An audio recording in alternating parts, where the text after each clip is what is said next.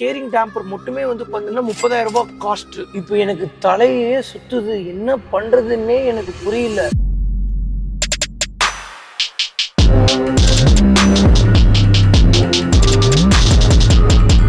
வணக்கம், நான் உங்க வாசன். டிடிஎஃப் இருக்கீங்க, நல்லா இருப்பீங்க நம்புறேன். டிடிஎஃப் கொஞ்ச நாளைக்கு முன்னாடி வந்து பார்த்தீங்கன்னா ஒரு வீடியோ போட்டிருந்தேன். டிடிஎஃப் நம்ம ஹைபுஸா ஸ்கிராப் பண்ணலாமா இல்லைன்னா ரீபில்ட் பண்ணலாமான்னு சொல்லி. என்னோட முடிவு 50% வந்து பார்த்தீங்கன்னா நான் ரீபில்ட் பண்ணலான்னு இருக்கேன். அது எப்படி பண்ணலாம் அப்படிங்கிற ஒர்க் அவுட் ஆகக்கூடிய சூப்பரான ஐடியாஸும் உங்ககிட்ட சொல்லியிருந்தேன். மீதி 50% முடிவு நீங்க தான் எடுக்கணுங்க அப்படின்னு சொல்லியிருந்தேன். கிட்டத்தட்ட 2200க்கும் கமெண்ட்க்கு மேல வந்து பார்த்தீங்கன்னா நம்ம பசங்க வந்து பண்ணிருந்தீங்க. அதுல மேக்ஸிமம் ஆஃப் பீப்புள்ஸ் வந்து பார்த்தீங்கன்னா வாசன் நம்ம ரீபில்ட் பண்ணலாம் வாசா, அதுதான் கரெக்ட் அப்படின்னு சொல்லியிருந்தீங்க. அண்ட் நிறைய பேர் வந்து பார்த்தீங்கன்னா இன்னும் நிறைய ஐடியாஸ், இப்போ துபாயில இருந்து பார்ட்ஸ் எடுக்கிறது, அதுக்கப்புறம் வந்து பார்த்தா ஏலத்துல இருந்து எடுக்கிறது, இந்த மாதிரி நிறைய ஐடியாஸ் கொடுத்துருந்தீங்க. சொல்லிட்டு உங்களோட ஐடியாவெல்லாம் வச்சு நீங்க சொன்ன முடிவெல்லாம் வச்சு வந்து பார்த்தீங்கன்னா நம்ம வண்டியை வந்து பார்த்தா ரீபில்ட் பண்ணலாம் அப்படின்னு சொல்லி முடிவு பண்ணியாச்சுங்க. ஸோ பெங்களூர்ல இருக்கக்கூடிய நம்மளோட ஷோரூம் வந்து பார்த்தீங்கன்னா கொஞ்ச நாளைக்கு முன்னாடி வந்து பார்த்தீங்கன்னா வர சொல்லியிருந்தாங்க. எதுக்கு வர சொல்லியிருந்தாங்கன்னா ரெண்டு விஷயம். ஒன்று வந்து பார்த்தீங்கன்னா பைக்கை இன்னும் தரவா செக் பண்ணி நமக்கு அப்டேட் பண்றதுக்காக. இன்னொன்று வந்து பார்த்துட்டீங்கன்னா பைக் சாவி வந்து பார்த்தீங்கன்னா நம்ம கிட்ட தாங்க இருக்கு. ஆக்சிடென்ட் ஆனப்போ வந்து பார்த்தீங்கன்னா சாவி வந்து பார்த்தீங்கன்னா யார்கிட்ட கொடுத்தாங்கன்னே தெரியல, அது அப்படியே மிஸ் ஆயிடுச்சு. இவ்வளவு வருஷம் ஆயிடுச்சு இல்லைங்க, 3 வருஷம் யாருமே பத்திரமா வச்சிருக்க மாட்டாங்க. அது பரவாயில்ல இருக்கிறதா,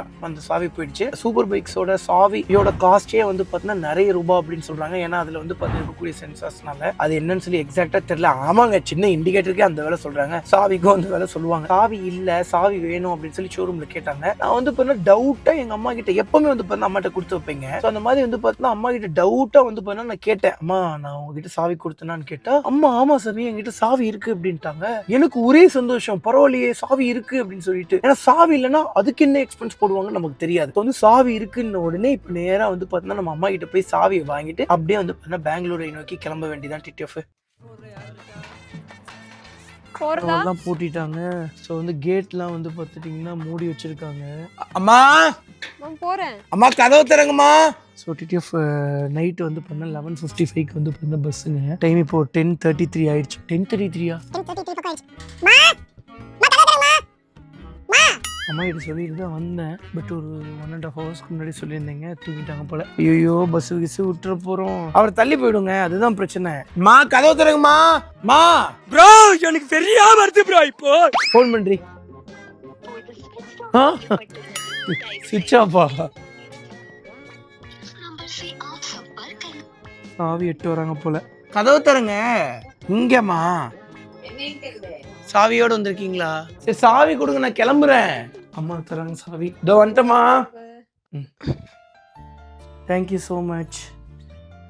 ஓ இது கீச்சைனோட கொடுத்தாங்களா? ஸோ வந்து நல்லா புதுசாக இருக்குங்க சாவி, பரவாயில்ல. இப்படியே கொண்டு போய் ஷோரூமில் கொடுத்தோம்னா என்ன நினைப்பாங்க? நான் வண்டியவே 2 ஆக்கிட்டு இதை எப்படி புதுசாக வச்சிருந்தா என்ன, வைக்கலன்னா என்ன நினைப்பாங்க?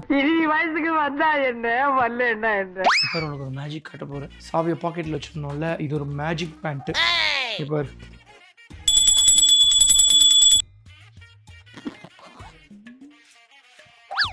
மேஜிக் பெரிய விஷயம். ஸோ டிடிஎஃப் டைம் ஆச்சுன்னா 10:55 ஆச்சுங்க. அவ்வளோதான், நம்ம வீட்டில் இருந்து கிளம்பியாச்சு. நம்மளோட ஹயபுசா சாவி எடுத்துக்கிட்டு ஸோ வந்து ஹயபுசா சாவி எடுத்து சரி பேண்ட்ல வச்சாதான் கீழே வந்துடும், சரி கார்ல எங்கேயாவது வைக்கலாம்னு நினச்சேன்னா ஆக்சுவலி நம்ம இப்போ பஸ்ஸில் போகிறோம். இந்த சாவியை வச்சுட்டே போயிட்டோம்னா அப்புறம் எல்லாம் வீணாக போயிடும். அப்புறம் வந்து அப்டேட் மட்டும் தான் வந்து பண்ண ஷோரூம்லேருந்து நம்மளால தெரிஞ்சுக்கிட்டு வர முடியுமே தவிர சாவியை வந்து பண்ண நம்ம பைக்கில் போட்டு பார்க்க முடியாது. அப்புறம் அவங்க செக் பண்ணி பார்க்க முடியாமல் போயிடுங்க. வேலை செய்யணும்னா வந்து பண்ண உங்களுக்கு சாவி வேணும். ஸோ ஸ்வீட்டு இந்த சாவி பத்திரமா வை. ஸோ வந்து லெஃப்ட் ஹேண்ட்ல தாங்க தரேன். காரணம் வந்து பார்த்துட்டீங்கன்னா இந்த கை தான், அந்த கையெல்லாம் கிடையாது. இந்த கையில கொடுத்தாலும் எல்லாம் நல்லது தான். ஆமா, என் ஒய்ஃப் வந்து பார்த்தீங்கன்னா லெஃப்ட் ஹேண்ட் இருக்குங்க. அது இல்லாமல் ஸோ அதனால எங்க பாட்டி தான் வந்து பார்த்தீங்கன்னா ஏதோ ஒரு விஷயத்துல வந்து பார்த்தீங்கன்னா இந்த கையில வாங்குவாங்க அப்படின்னு சொல்லி சொன்னாங்க. நான் சொன்னேன் இந்த கையில தான் வாங்கணும், அப்போதான் ராசி, அதனால தான் நான் நல்லா இருக்கேன் என் பொண்டாட்டினால அப்படின்னு சொல்லி சொன்னேன். ஸோ டைம் வந்து பார்த்தீங்கன்னா இப்போ 10:56 ஆயிடுச்சுங்க. கரெக்டாக எக்ஸாக்டா இன்னும் 1 ஹவர்ல வந்து பார்த்தீங்கன்னா பஸ்ஸுங்க. ஸோ இங்க இருந்து வந்து பார்த்தீங்கன்னா நமக்கு பஸ் ஸ்டாண்ட் வந்து ஒரு 30-35 கிலோமீட்டர் பக்கம் வருங்க. காந்திபுரம் வந்து 39 கிலோமீட்டர்ஸ் இங்க இருந்து. 39ஆ? நான் 35 ஜாஸ்தியா சொல்றேன்னு ஃபீல் ஆயிட்டு இருந்துச்சுடி. 39 கிலோமீட்டர். 39 கிலோமீட்டரா? எவ்வளவு நேரம் காட்டுது? எக்ஸாக்ட்டாவா? எக்ஸாக்ட்டா நான் வேணா அதுல காட்டுறேன். Okay okay okay.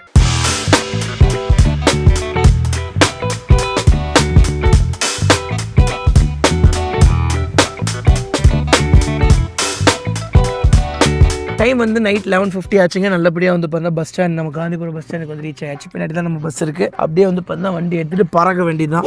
வண்டி எடுத்துட்டு பறக்க போறோமா? ஆமா, ஒரு ஃப்ளோல சொல்லிட்டேன் நானு. சரி பார்த்து பத்திரம்டா. ஆமா இல்ல இப்போ நீ தான் ஊர் வரைக்கும் போற, அதனால நீங்க ஏறுங்க. சரி வச்சு என்னன்னு பாத்துக்கோ. சரி என்னன்னு பாத்துக்கலாம். The next day.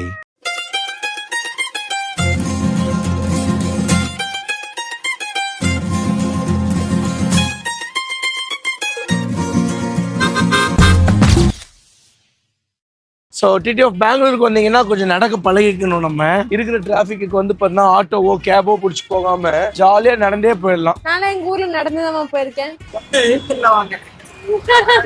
தம்பி என்ன சொல்றான்னா எல்லாரும் சொந்த வண்டியில வாங்க, ஏன்னா ஊரு தெரியாத இடம் அப்படிங்கிறாங்க. அப்படிலாம் கிடையாது. நம்ம இன்னும் எவ்வளவோ இந்த உலகத்தையே எக்ஸ்ப்ளோர் பண்ண வேண்டியது இருக்கு. அப்படி இருக்கும்போது வந்து பார்த்தீங்கன்னா எல்லா இடத்துலயும் நம்ம வண்டி எடுத்துட்டு போயிட்டு இருக்க முடியாது. வந்து அங்க இருந்து நம்ம பழகிக்க வேண்டியதுதான். ஏன் அப்படி சொல்றேன்? நானு என் ஒய்ஃப் கிட்ட இந்த ஹேரை வச்சுட்டு நான் நல்லா ஸ்டைலிஷா இருக்கேன்னு கேட்டேன். அதுக்கு அவர் வந்துட்டு என்ன சொன்னான்னு கேளேன். 4 பேர்த்து அடிக்கிற ஒரு மாதிரி இருந்தது. ஏன்டா அப்படி சொல்றீங்க? நம்ம 2 பேரு ஏதோ அப்பாவிங்க. எனக்கு மனுஷங்களை பார்த்து சாப்பிட பிடிக்காது. என்ன பைசா ரோட்டி நல்ல பிரீமியமா இருக்கும். ஃபுட்டும் ரொம்ப நல்லா இருக்கும். எனக்கு ரொம்ப பிடிக்கும். இது யார் மூலியமா இந்த ஹோட்டல் பழக்கம் தெரியுமா? எனக்கு தெரியும். ஆனா கீ ரைஸ் ஒன்று கொடுங்க எனக்கு. அதுக்கப்புறம் ஒரு டெண்டர் கோகோனட் புட்டிங் தாங்க. ஒரு சிக்கன் பிரியாணினா. அதுக்கப்புறம் 8 பீஸ் ஆஃப் அந்த பெரி பெரி விங்ஸ் தந்துருங்க. அவ்வளவுதான். எங்க அம்மாக்கு வந்து எல்லா டிஷ்ஷும் அனுப்புறேன், செஞ்சு கொடு அப்படின்னு. ஏய் நீ கத்துக்கடி முதல்ல. எங்க அம்மா செய்யட்டும். எங்க அம்மா செஞ்சதுக்கு அப்புறம் டேஸ்ட் இருந்துச்சுன்னா நான் செய்யறேன். வாய்ப்பு இல்ல ராஜா. 1ஆம் தேதியில இருந்து டயட் இருக்க ஆரம்பிச்சிருவேன். ரெடியா இருந்துக்கோ. தானே இந்த மாதிரி தாண்டி டயட். சூன் குண்டாருக்கு என்ன பண்ணும்? இதுவே பண்ணாம இருந்தாலே தானா குண்டாயிடுவேன். இன்னும் என்ன நீ பைத்தியக்காரனாவே நினைச்சிட்டு இருக்கிறல? ஆனா வாங்க எடுத்துக்கலாம். நல்லா இருக்கீங்களா? வாங்க உட்காரு. தெளிக்கோ. தமிழ்நாடு தானுங்களா? சந்தோஷம் சந்தோஷம். போன் தாங்க. என்னவா இருக்கீங்க பிரதர்? Floor manager. ஓ சரி சரி சரி. நான் எப்போ வந்தாலும் என் பேர்ல தான் சாப்பிடுவேன். அப்படிங்களா? சந்தோஷம் சந்தோஷம். தேங்க்ஸ்.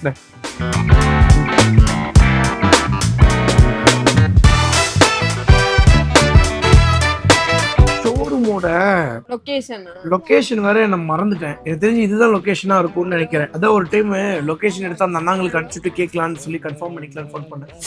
மெசேஜ் பண்ணேன். Good evening. ஹலோ ஹலோ கேக்கல. ஹலோ சொல்லுங்க. ஹலோ நீங்க பேசுறது எனக்கு புரியல சார். Hello okay. ஓ நீங்க ஜிங் பஸ்ஸா? ஓ நீங்க அப்படி சொன்னா கன்ஃபியூஸ் ஆயிட்டேன். ஆமா அதே காத்து. ஓகேண்ணா மறுபடியும் சொல்லுங்கண்ணா லொகேஷன். ஆக்சுவலி டிடிஎஃப் ஒரு சின்ன ட்ரிப் பிளான் பண்ணி வச்சிருக்கோம். ஸோ அதனால ஜிங் பஸ்ல போலான்னு சொல்லி பிளான். அதை புக் பண்ணிருந்தோம். கால் பண்றாங்க. அவர் பேசுறதே எனக்கு புரியல.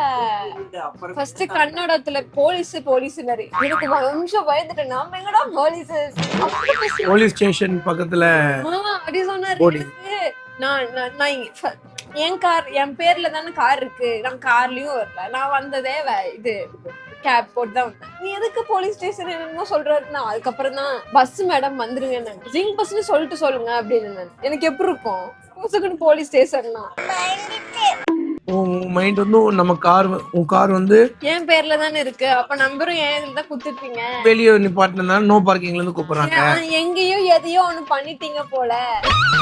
அந்த மாதிரி இல்ல பெட்ரோல் பங்க்ன்றாங்க. ஒருவேளை காசு கொடுக்காம வந்துட்டோமா இல்ல என்ன சொல்றாங்க? நான் எனக்கு தான் ஒருவேளை யாரோ கோயம்புத்தூர்ல ஏதோ பண்ணிட்டாங்களோ நம்ம கார் எடுத்துட்டு போய். எனக்கு மேலதான் ஒரு சந்தேகம். Incident of Madiwala traffic police ஸ்டேஷனா அதான் அனுப்பிச்சிட்டாங்களா? அப்புறம் ஏன் போன் பண்ணி சொல்லணும்? ஏய் அது அப்பதானே நம்ம இது பண்ணுவோம். அப்படியா? அவரு கன்னடத்துல பேசியிருக்காரு. உனக்கு அதான் புரியல போல. ஹலோ அண்ணா நல்லா இருக்கீங்களாண்ணா? அண்ணா ரொம்ப நல்லா இருக்கேன். ஆனா அதான் பைக்கோட சாவி கேட்டிருந்தாங்க. ஹயபுசா சாவி எடுத்து வந்திருக்கேன். ஏன்னா பெங்களூர்ல வேற ஒரு வேலை விஷயமா வந்தேன். அப்படியே சாவி கொடுத்துட்டு போறாங்க. நம்ம ஷோரூமோட லொகேஷன் போட்டா வரமாட்டேங்குது. அந்த லொகேஷன் மட்டும் சென்ட் பண்றீங்களா? ஓகேண்ணா. ஸோ டிடிஎஃப் டைம் ஆச்சுன்னா ஈவினிங் 5:42 ஆச்சுங்க. அவ்வளோதான் வந்து பார்த்தீங்கன்னா நம்ம ஷோரூம் பக்கத்தில் வந்து ரீச் ஆயாச்சு. ஜம்முன்னு ஒரு டீயை குடிச்சிட்டு நம்ம ஹயபுசா சாவியை கொண்டு போய் ஷோரூமில் ஹேண்ட் ஓவர் பண்ணிட்டு அப்படியே வந்து பார்த்துட்டிங்கன்னா ஷோரூம்காரங்க என்ன சொல்கிறாங்கன்னு சொல்லி கேட்டுட்டு அப்படியே வந்து பார்த்தீங்கன்னா கிளம்ப வேண்டியதான். ஆக்சுவலி டிடிஎஃப் நான் வந்து பார்த்துட்டீங்கன்னா ஃபில்டர் பண்ணிட்டேங்க. ஸோ வந்து OEM ப்ராடக்ட்ஸ் எல்லாம் எது வாங்கணும், ஸோ ஆஃப்டர் மார்க்கெட் பொருள் எல்லாம் எது வாங்கணும்னு மொத்தமா வந்து பார்த்தீங்கன்னா நம்ம ஹயபுசால 69 பொருட்கள் மாற்ற வேண்டியது இருக்கு வித்தவுட் ஜெனரல் சர்வீஸ். ஸோ வந்து போன வாட்டி வந்து பார்த்தீங்கன்னா நான் உங்ககிட்ட வீடியோ சொல்லியிருப்பேன்ல, வந்து சர்வீஸ்லாம் இதை ஆட் பண்ணியிருப்பாங்களா, ஆட் பண்ணியிருந்திருப்பாங்க அப்படின்னு சொல்லியிருந்திருப்பேன். ஸோ அது இல்லாமல் ஆட் பண்றதும் அது ஒன்றும் பெரிய காஸ்டா வராது அப்படின்னு சொல்லியிருந்திருப்பேன். ஆக்சுவலி வந்து பார்த்தீங்கன்னா அதெல்லாம் வந்து பார்த்தீங்கன்னா இன்னும் அவங்க இன்க்ளூட் பண்ணல. பைக்ல இன்ஜின் ஆயில் ஃபில்டர், ஏர் ஃபில்டர்னு சொல்லி எல்லாமே மாற்ற வேண்டியது இருக்கு. அதுக்கப்புறம் ஆயிலுமே மாற்ற வேண்டியது இருக்கு. ஸோ அந்த மாதிரி வந்து அது போக வந்து பார்த்தீங்கன்னா 69 பொருட்கள் வந்து பார்த்தீங்கன்னா நம்ம ஹயபுசால மாற்ற வேண்டியது இருந்ததில்லைங்க. அதுல 60 பொருள் வந்து பார்த்தீங்கன்னா OEM ப்ராடக்ட்ஸ், ஒரிஜினல் ப்ராடக்ட்ஸ் போடுறோம். 9 பொருள் வந்து பார்த்தீங்கன்னா ஆஃப்டர் மார்க்கெட்ல இருந்து போடுறோங்க. எது ஆஃப்டர் மார்க்கெட்ல இருந்து போடுறோம்னா front foot rest bar, front foot rest bar left and right, pillion foot rest assembly right left, அதுக்கப்புறம் pillion grab handle, right rear view mirror, left rear view mirror, அப்புறம் ரியர் ஃபெண்டர் பிராக்கெட். அதுக்கப்புறம் வந்து பாத்தீங்கன்னா வேற என்ன indicator பண்ணலாமா வேணாமான்னு யோசிச்சுட்டு இருக்கீங்க. ஸோ OEM ப்ராடக்ட் அளவுக்கு ஆஃப்டர் மார்க்கெட் இருந்தால் அதுவும் நம்ம போகலாம் தாராளமா. ஸோ இதெல்லாம் வந்து பார்த்தீங்கன்னா ஆஃப்டர் மார்க்கெட்ல போகலாம், இது எல்லாமே OGல போகலாம் அப்படின்னு சொல்லி தாங்க பிளான். 1 hour later. ஆனால் அதான் நான் பில்லை ஃபுல்லாக பார்த்துட்டேன். 69 பொருள் பக்கம் இருந்தது. 69 பொருள் எடுத்து கொடுத்துடலாம், ஒன்றும் பிரச்சனை இல்லை. இப்போ அதில் வந்து இப்போ இன்ஜின் ஆயில் ஃபில்டர், ஏர் ஃபில்டர்லாம் இன்க்ளூட் பண்ணலை. அதுதான். அப்ப அது என்ன காஸ்ட் வரும்? அது ஒன்றும் பெரிய காஸ்ட் வராது. பெரிய 12,000 13,000. இப்போ 69 பொருள் போட்டிருக்கீங்க, அது போக ஜெனரல் சர்வீஸ், அதுக்கு மேல எதுவுமே வராதுல்ல? ஓகே சார், நம்ம கல்டிவேட்டிவ் செட் பண்ணுவோம். ஏன்னா அவ்வளோ உங்களுக்கு ஜாஸ்தி வராது. Okay okay.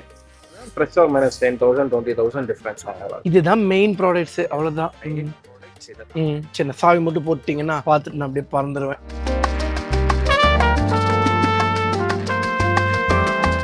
வண்டியில பேட்டரிலாம் இருக்கா?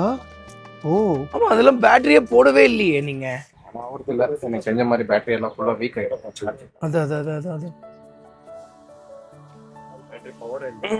அந்த பேட்டரி பவர் இருக்காது.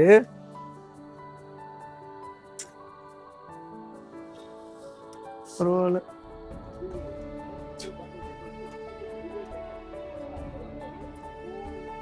ஆமா, அது போட்டாலும் எரியறதுக்கு லைட் இல்லையே. ஆமா, லாக்கு தான், அது திருப்பவே முடியல. இது நம்ம லிஸ்ட்லயே இல்லையே. அடேங்கப்பா. ஆமா ஆமா ஆமா ஆமா. அப்ப இதெல்லாம் லிஸ்ட்ல போடலையே. ஆனா அப்ப நீங்க எனக்கு தெளிவா செக் பண்ணி தந்துட்டீங்கன்னா எனக்கு தெரிஞ்சிடும்ல, நான் ஒர்க் ஆரம்பிச்சிடுவேன். இங்க ஸ்டீரிங் டேம்பர்லாம் கொஞ்சம் வளைஞ்சிருக்குல்ல, எனக்கு ஃபுல்லாக வண்டியை வந்து பார்த்தீங்கன்னா நீங்கள் டயக்னைஸ் பண்ணி எனக்கு நீங்கள் கம்ப்ளீட்டாக வந்து பார்த்தீங்கன்னா ஒரு எஸ்டிமேட் போட்டு கொடுத்தீங்கன்னா நான் உங்களுக்கு எல்லாமே நான் சோர்ஸ் பண்ணி கொடுத்துருவேன். நம்ம வண்டி ரெடி பண்ணிடலாம். எனக்கு ஃபஸ்ட்டு வந்து பார்த்தீங்கன்னா ஆன் ரோடில் ஓட்டுற மாதிரி இல்லைனா கூட வண்டி ஓட்டுற மாதிரி ரெடி பண்ணிட்டா கூட போதும்ண்ணா. எனக்கு ஃபுல்லாக டயக்னைஸ் பண்ணிட்டு சொல்கிறீங்களா? எனக்கு கம்ப்ளீட்டாக A to Z வரைக்கும் செக் பண்ணி பார்த்துட்டு அப்டேட் பண்ணுறீங்களா? சரி, அப்படின்னா ஏன்னா இது இப்போ எனக்கு இந்த ஸ்டேரிங் டேம்பர்லாம் வளைஞ்சிருக்கிறத பார்த்தா அப்புறம் இன்னும் பயங்கரமாக வச்சிருமோன்னு தோணுது. ப்ளஸ் ஆர் மைனஸ் எப்போ நம்ம அப்ராக்சிமேட் தான். ப்ளஸ் ஆர் மைனஸ் 1 2 வந்து ஆட் ஆகும். என்ன கனவு கண்டாயோ சாமி. அவ்வளோதான், நம்மளை முடிச்சு விட்டீங்க போங்க. சரிண்ணா, நான் என்னன்னு பார்த்துட்டு சீக்கிரம் அப்டேட் பண்ணுறேன். இது போடு, கேப் போட்டுரு. ரூம் எந்த ரூம்னு தெரியும், ஸ்டே பண்ணி இந்த ரூம் லொகேஷன் தெரியுமா? ஆனா வந்த ஓலா இல்ல லொகேஷன் இருந்திருக்கும் தானே. நல்ல வேலை, அப்படி ஏதாவது புக் பண்ணோமே. கேப் வேற புக் ஆக மாட்டேங்குதுங்க. இப்போ வேற டைம் வேற ஆயிடுச்சு, எங்களுக்கு நைட் வேற பஸ் இருக்கு. ஸோ நைட்டு நாங்க ஒரு ட்ரிப் வேற கிளம்புறோம். இப்போ அதோட பெரிய பஞ்சாயத்து உள்ளாகி போச்சு. அது என்ன ஆச்சு அப்படின்லாம் நான் வந்து பார்த்தா கார்ல ஏறிட்டு நான் உங்ககிட்ட சொல்றேன். ஆக்சுவலி டிடிஎஃப் ஒரு சரியான பஞ்சாயத்துங்க. என்ன பண்றதுன்னு ஒன்றும் புரியலைங்க. என்ன ஆச்சுன்னா இப்போ 2 பிரச்சனை. அதுல முதல் பிரச்சனை எதை சொல்றதுன்னே தெரியல. முதல் பிரச்சனை நம்ம ஹயபுசா பிரச்சனை தான். சோ ஹயபுசால இப்ப என்ன பிரச்சனைன்னு வந்து பாத்துட்டீங்கன்னா, சாவியை கொண்டு வந்து போட்டாச்சுங்க. சாவியை கொண்டு வந்து போட்டதுக்கு அப்புறம் திருப்ப முடியவாசா, அதுவும் பிரச்சனையானா அது இல்லைங்க. கீழே இருக்கிற அந்த ஸ்டேரிங் டேம்பர் டேமேஜ்டா இருக்கு. கிட்டத்தட்ட 69 பொருளை வந்து பாத்தீங்கன்னா நமக்கு மார்க் பண்ணி கொடுத்துருக்காங்கல்ல சுசுகி பிராண்ட். சோ வந்து அதுல வந்து பாத்தீங்கன்னா இந்த ஸ்டேரிங் டேம்பர்ங்கிற ஒரு விஷயமே இல்ல. ஸ்டேரிங் டேம்பர் மட்டுமே வந்து பாத்தீங்கன்னா 30,000 ரூபாய் காஸ்ட் ஆகும். இத பார்த்த உடனே எனக்கு ஒண்ணுமே புரியல. சோ வந்து ஷோரூம் கிட்ட ரெக்வஸ்ட் பண்ணிருக்கேன், எனக்கு கம்ப்ளீட்டா டீடைலா வந்து பாத்தீங்கன்னா செக் பண்ணி பாருங்க. அப்படின்னு சொல்லியிருக்கேன். இப்போ ஆல்ரெடி வந்து பாத்தீங்கன்னா இவங்க நமக்கு வந்து பாத்தீங்கன்னா 16 லட்சம் ரூபாய் கோட் பண்ணி கொடுத்துருந்தாங்கல்ல. அந்த 16 லட்சம் ரூபாயில வந்து பாத்தீங்கன்னா பில்ல ஃபுல்லா A to Z வரைக்கும் பாத்துட்டீங்க, பிரிச்சு மேய்ச்சிட்டீங்க. சோ வந்து அதுல எங்கேயுமே வந்து பாத்தீங்கன்னா இந்த ஜெனரல் சர்வீஸ்க்கு கிடையாதுங்க. இந்த ஜெனரல் சர்வீஸ் மட்டுமே தனியா ஒரு 15,000 ரூபாய் ஆகுங்க. அது போக வந்து பாத்தீங்கன்னா நம்ம பைக்ல அங்கங்க ஸ்க்ரூ போல்ட் எல்லாம் போனது அது இதுன்னு சொல்லி இப்போ எனக்கு தலையே சுத்துது, என்ன பண்றதுன்னே எனக்கு புரியல. இந்த பிரச்சனையே ஒரு பெரிய பிரச்சனையே. அப்ப டைம் வந்து 6:30 மணி ஆச்சுங்க. இங்க இருந்து வந்து பாத்தீங்கன்னா நம்ம தங்கி இருக்கிற ரூமுக்கு வந்து பாத்தீங்கன்னா 1.5 மணி நேரம் ஜர்னிங்க. சோ 8 மணிக்கு வந்து பாத்தீங்கன்னா நம்ம பஸ்ஸுங்க. கரெக்டா 8 மணிக்கு தான் வந்து பாத்தீங்கன்னா நம்ம ரூம் கிட்டே போய் ரீச் ஆகும். சோ ரூம்ல இருந்து வந்து பாத்தீங்கன்னா கொஞ்சம் தள்ளி வரணும், ஒரு 10 மினிட்ஸ் ஜர்னியா. கேரளா வந்து பாத்தீங்கன்னா என் ஒய்ஃப் ட்ரிப் போகணும்னு சொல்லிட்டே இருந்தாங்களா. அது இல்லாம வந்து பாத்தீங்கன்னா குக்கிங் போட்டியில ஜெயிச்சாங்க இல்ல, பார்ட்டிசிபேட் பண்ணதுக்காகவே என் பொண்டாட்டிக்கு வந்து பாத்தீங்கன்னா பரிசு. அது போக வந்து பாத்தீங்கன்னா நம்ம IRL லைவ் பண்ணலாம்னு சொல்லிட்டு இருந்த TTF live view solo bro கொஞ்சம் நாளைக்கு முன்னாடியே வந்து பாத்தீங்கன்னா புக் பண்ணிட்டேன். சோ புக் பண்ண லைவ் வியூ சோலோ ப்ரோவும் வந்து பாத்தீங்கன்னா வந்துருச்சு, கேரளால தான் இருக்கு. அவங்க கொரியர் பண்ணவான்னு சொல்லி கேட்டாங்க. இல்லங்க நாங்க நேர்லயே வந்து வாங்கிக்கிறோம் அப்படின்னு சொல்லிட்டேன். கொரியர் பண்ணி அது ஏதாவது டேமேஜ் ஆயிடுச்சுன்னா அதனால வந்து பாத்தீங்கன்னா அப்படியே இந்த ட்ரிப் போயிட்டு அப்படியே வந்து பாத்தீங்கன்னா live view solo bro collect பண்ணிட்டு வந்துடலாம்னு சொல்லி பிளானுங்க. இப்போ தெரிஞ்சே இப்படி இருக்குன்னா இன்னும் தெரியாதது என்னென்ன இருக்குன்னு வேற தெரியலையே. ஸ்பார்க் பிளக் மாத்திர மாதிரி இருக்கும் ஆஃப்கோர்ஸ், ஏன்னா இத்தனை வருஷம் நம்ம நிப்பாட்டியே வச்சிருக்கிறதுனால. அதுதான் எனக்கு என்ன பண்றதுன்னே புரியல. நம்ம ஒரு பிளான் போட்டு வந்தோம். இப்போ அந்த பிளானை எக்ஸிக்யூட் பண்ணலாம்னு நினைச்சா இது இன்னும் நிறைய பொருட்கள் வாங்க வேண்டியதா இருக்கு. வந்து பாக்குற வரைக்கும் பாக்கலாங்க, அப்படி இல்லைன்னா நம்ம ஹயபுசா வந்து பாத்தீங்கன்னா நம்ம வீட்டுக்கே எடுத்துட்டு போறோம். இப்போ என்னன்னாங்க, இப்போ இதோட எஸ்டிமேட்டே 16 லட்சம் ரூபாய்னா அப்ப வந்துருந்தீங்க 20 லட்சம் பக்கம். கம்முன்னு வந்து பாத்தீங்கன்னா ஹயபுசா ரெடி பண்றதுக்கு ஹயபுசாவோட இன்ஜினை எடுத்து ஒரு கார் பண்ணிடலாமான்னு யோசிக்கிறேன். சரிங்க, நான் என்னன்னு பார்த்துட்டு நான் சீக்கிரம் அப்டேட் தரேங்க.